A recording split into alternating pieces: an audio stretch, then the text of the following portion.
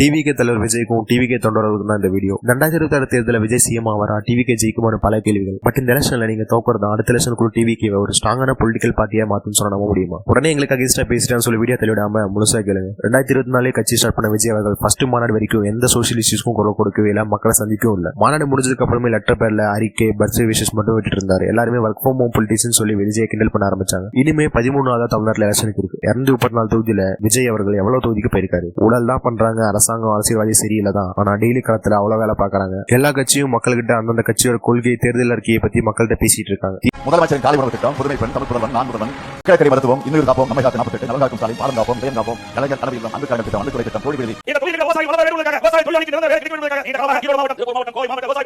தூய சக்தி இவங்களே எவ்வளவு பண்ணுமோ நல்லது பண்ண வந்த தூய சக்தி விஜய் அவர்கள் அட்லீஸ்ட் ஒரு 100 தொகுதிக்காவது போயிருக்க வேணாம், மக்களை செஞ்சிருக்க வேணாம். ஆனா ஒன்னும் பண்ணாம சோம்பேறியுமா இருந்துட்டு இருக்காரு. மக்கள் கிட்ட மக்களோட பிரச்சனை பத்தி பேசுறதுக்கு ஒரு பேப்பர் தேவைப்படுது, பார்த்து அப்படியே ஒப்பிச்சிட்டு இருக்காரு. உங்க விஜய்க்கு ஓட்டு போடுறதா நினைச்சு ஓட்டு போடுங்க.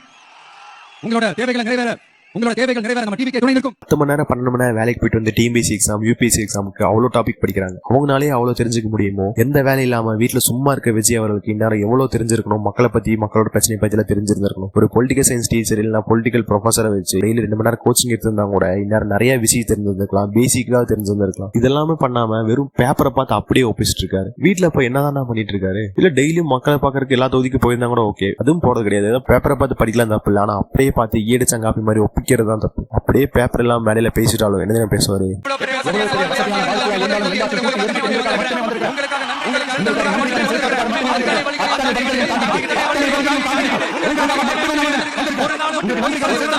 திமுக ஒரு தீய சக்தி, நான் ஒரு தூய சக்தி. திமுக ஆட்சியில் ஊழல் நடக்குது, நான் வந்து ஊழல் பண்ண மாட்டேன். உங்களுக்காக கெரியரோட உச்சத்தை விட்டுட்டு வந்திருக்கேன், எல்லா வழியும் தாங்கி வந்திருக்கேன். என்ன வழி? வரது சார்ட்டர் பிளைட்ல, போறது ஃபாரின் கார்ல, இருக்கிறது பயங்கரமான பங்களால. இன்னமும் ஏழப்பாளையங்களுக்கு அந்த 700 கோடி சொத்தையும் எழுதி வச்சு சொன்ன மாதிரி பேசிட்டு இருக்காரு. ஊழல் பண்ணவங்க, வேற கட்சியில இருந்து வந்தவன், காசு இருக்கிறவன், கேஸ் இருக்கிறவங்க பார்த்து சீட்டை கொடுத்துட்டு ஊழல் ஒழிக்க வந்த உத்தமர் வராரு அப்படிங்கிற மாதிரி பண்ணிட்டு இருக்காரு.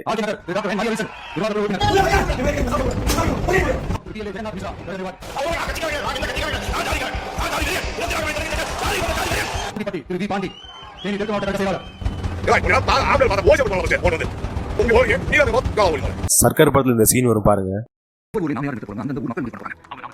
ஒவ்வொரு ஊரில் இருப்பாங்க, சமூக சேவை ஏற்கனவே ஈடுபட்டு உங்க ஊர்ல இருப்பாங்க. அவங்க ஸ்கூல் வாத்தியாரா இருக்கலாம், விவசாயம் இருக்கலாம், அந்த மாதிரி தொகுதிக்கு உங்களுக்கு செலக்ட் பண்ணணும். அவங்க இஷ்டம் சொல்லுவாங்க. இப்போ படத்துல மட்டும்தான் கரைப்படியாத கரங்களுக்கு நெருமையானவங்களுக்கு எல்லாம் சீட்டு கொடுப்பீங்க, நிஜத்துல இல்ல. இதுக்கு தான் சொல்றேன், நீங்க இந்த எலெக்ஷன்ல தோக்கணும். அப்பதான் தோல்விக்கான காரணத்தை நீங்க தேடுவீங்க. தொண்டர்களா அரசியல் படுத்தப்பட்டு அரசியலமைப்பு பத்தி இன்னும் நல்லா தெரிஞ்சுட்டு மக்களோட பிரச்சனையை பத்தி தெரிஞ்சுட்டு அடுத்த எலெக்ஷனுக்கு ஸ்ட்ராங் ஆவாங்க. இந்த வீடியோவை என்ன சொன்னாலும் என் ஓட்டு விஜய் எனக்கு தான் சொல்றேன். உங்க டிவி ஃப்ரெண்ட்ஸுக்கு ஷேர் பண்ணிவிடுங்க.